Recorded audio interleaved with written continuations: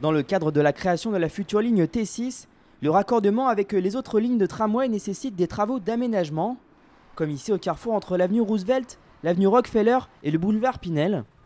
La ligne T6 croisera à cet endroit les lignes existantes T2, T5.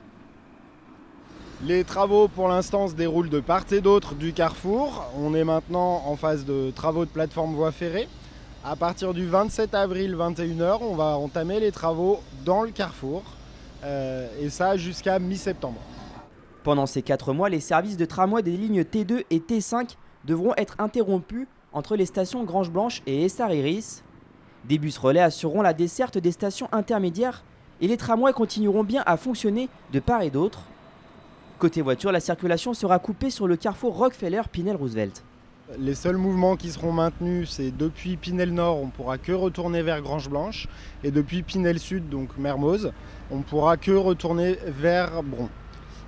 Bien entendu, on mettra en place des déviations locales pour les automobilistes. Les piétons et cyclistes pourront toujours continuer à traverser le carrefour sur des passages sécurisés au milieu du chantier.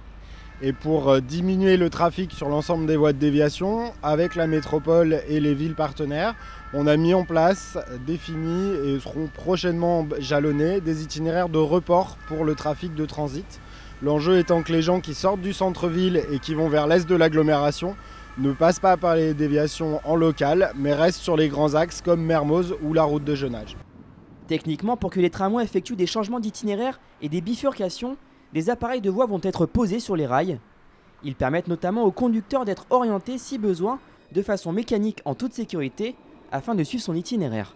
Ces appareils à pointe avancée, c'est du sur-mesure. Ce sont des gros blocs qui seront installés, donc livrés par environ 8 camions au fur et à mesure pendant le mois de mai, assemblés sur place. Pour que les trams existants fassent des demi-tours et assurent leur parcours partiel, un Californien sera également installé 100 mètres après la station Essart-Iris. Il s'agit d'un équipement ferroviaire provisoire et démontable. Donc, du côté de Grange-Blanche, on a déjà un appareil de voie existant qui se trouve dans la plateforme, donc qui permet le retournement.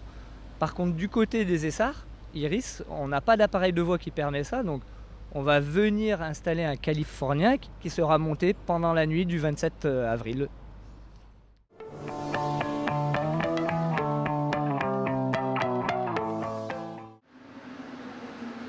Face à l'augmentation du trafic et afin de pérenniser son exploitation, la ligne B va bientôt s'automatiser intégralement sans chauffeur.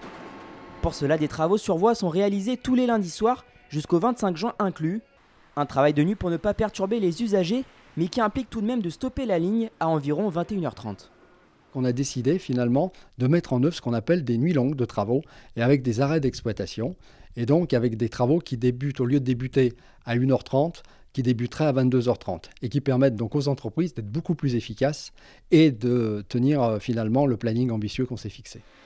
Pour assurer une continuité du service les soirs de travaux, des bus relais desserviront l'ensemble des stations de la ligne avec une fréquence de 10 minutes. Premier départ à 21h38 depuis Charpennes et 21h52 depuis Gardoulin.